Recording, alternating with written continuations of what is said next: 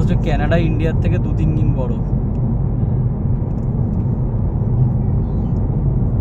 দারুণ জায়গা। ওয়েদারের জন্য এইখানে অনেক এরিয়া আছে বড় এক্সট্রিম, সেখানে লোক থাকতে পারতো। হ্যাঁ এইটা পুরো ওই জন্যই সুন্দর বেশ, ওই দিককার গাছগুলো বেশ দারুণ। ফলের সময় এখানটা তাহলে ভাবো কেমন লাগে। দারুণ লাগবে, দারুণ। ফলের সময় এখানটাতে আসতে হবে।